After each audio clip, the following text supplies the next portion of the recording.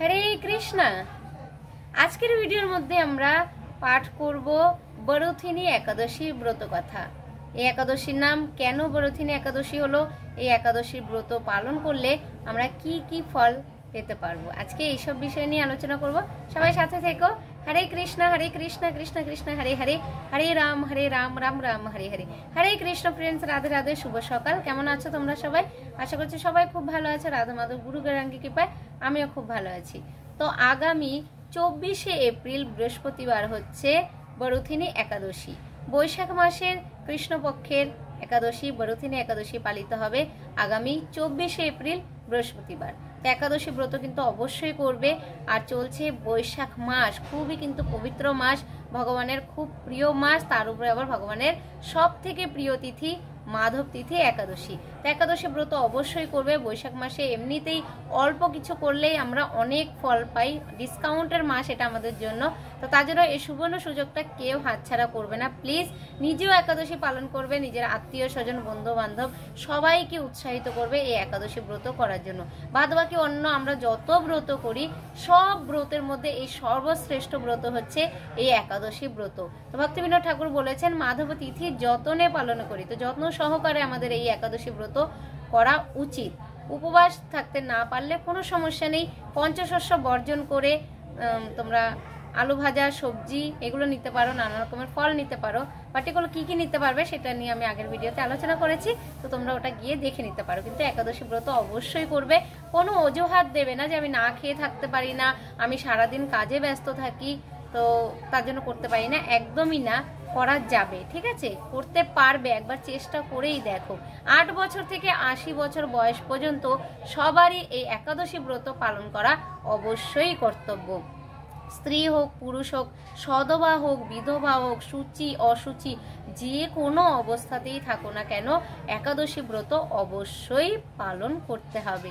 তো রুটি খেয়ে কিন্তু একদমই করবে না। অনেকে গ্রামগঞ্জের, ইভেন আমাদের গ্রামের কিছু বয়স্ক মহিলারা বলেন যে রুটি বা লুচি খাওয়া যায়, মানে শুকনো জাতীয় খাবার, বিস্কুট মিষ্টি এগুলো খাওয়া যাবে একাদশীতে, কিন্তু রাইসটা খাওয়া যাবে না। এটা একদমই পুরোপুরি ভুল, ঠিক আছে। কারণ রুটিটাও কিন্তু গম শস্যের মধ্যে পড়ছে, ওটাও পঞ্চশস্য।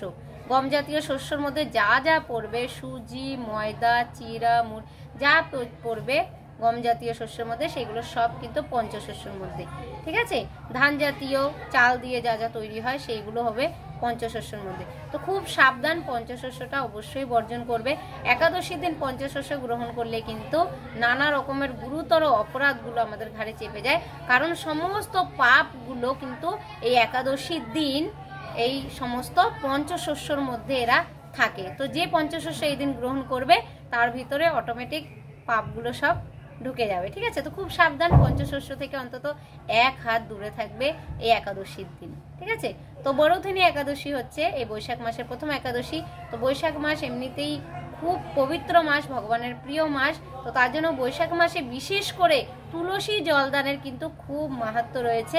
তো তুলসী জলদানও বেশি করে করবে, আর গোটা মাসই চেষ্টা করবে ভগবানের বেশি বেশি করে সেবা করার। আর উপরন্তু এই যে একাদশী বরথিনী একাদশী, তো বরথিনী একাদশীর দিন স্পেশালি নিজেকে বেশি বেশি করে ভগবানের সেবায় নিয়োজিত করবে। তো চলো, এই একাদশী নিয়ে তো আমি ডিটেলসে আগে একটা ভিডিও বানিয়েছি যে কিভাবে পালন করতে হবে, কি খাওয়া যাবে কি খাওয়া যাবে না। তো আজকে শুধু আমরা এই ভিডিওর মধ্যে বরথিনী একাদশী ব্রত কথাটাই পাঠ করব। তো চলো একসঙ্গে তাহলে পাঠ করা যাক বরথিনী একাদশী ব্রত কথা। বরথিনী একাদশী ব্রত মাহাত্ম্য কথা। বৈশাখ কৃষ্ণপক্ষিয়া বরথিনী একাদশী ব্রত মাহাত্ম্য ভবিষ্যোত্তর পুরাণে যুধিষ্ঠির শ্রীকৃষ্ণ সংবাদে বর্ণনা করা হয়েছে। যুধিষ্ঠির মহারাজ শ্রীকৃষ্ণকে বললেন, হে বাসুদেব, আপনাকে প্রণাম। বৈশাখ মাসের কৃষ্ণপক্ষের একাদশী কি নামে প্রসিদ্ধ এবং তার মহিমাই বা কি তা কৃপা করে আমাকে বলুন। শ্রীকৃষ্ণ বললেন, হে রাজন, ইহলোক ও পরলোকে বৈশাখ মাসের কৃষ্ণপক্ষে একাদশী বরথিনী নামে বিখ্যাত। এই ব্রত পালনে সর্বদা সুখ লাভ হয় এবং পাপ ক্ষয় ও সৌভাগ্য প্রাপ্তি ঘটে। দুর্ভাগা স্ত্রীলোক এই ব্রত পালনে সর্বসৌভাগ্য লাভ করে থাকে। ভক্তি ও মুক্তি প্রদানকারী এই ব্রত সর্ব পাপ হরণ এবং গর্ভবাস যন্ত্রণা বিনাশ করে। এই ব্রত প্রভাবে মান্ধাতা, ধুন্ধুমার আদি রাজারা দিব্য ধাম লাভ করেছেন।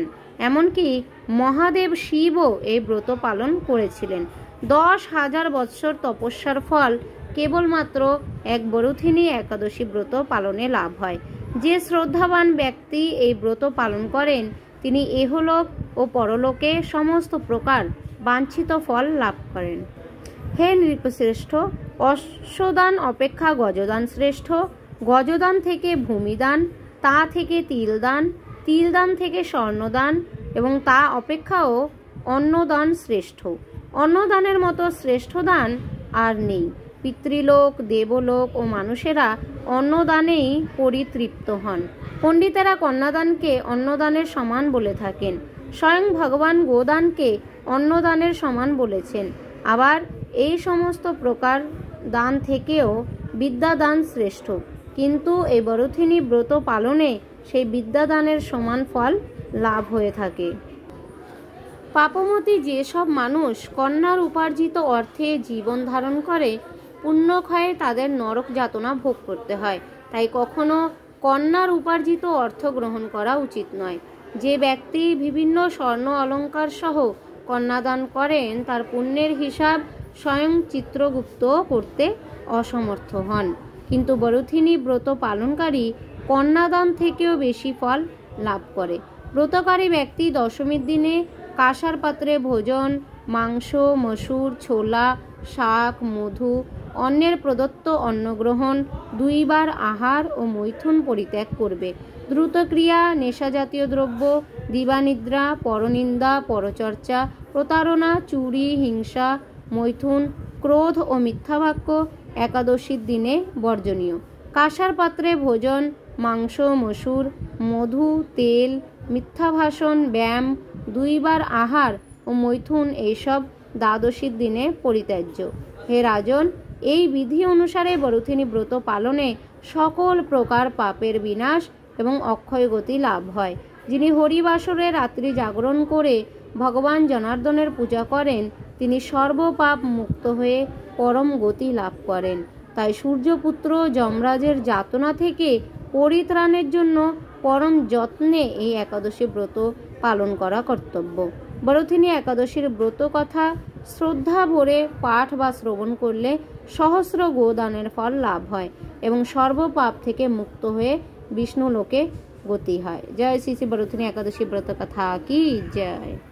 হরি বল। তো আমরা সবাই মিলে পাঠ করলাম বরুথিনী একাদশী ব্রত কথা। তো ব্রত কথাটি পাঠ করে কেমন লাগলো জানাতে কিন্তু ভুলো না।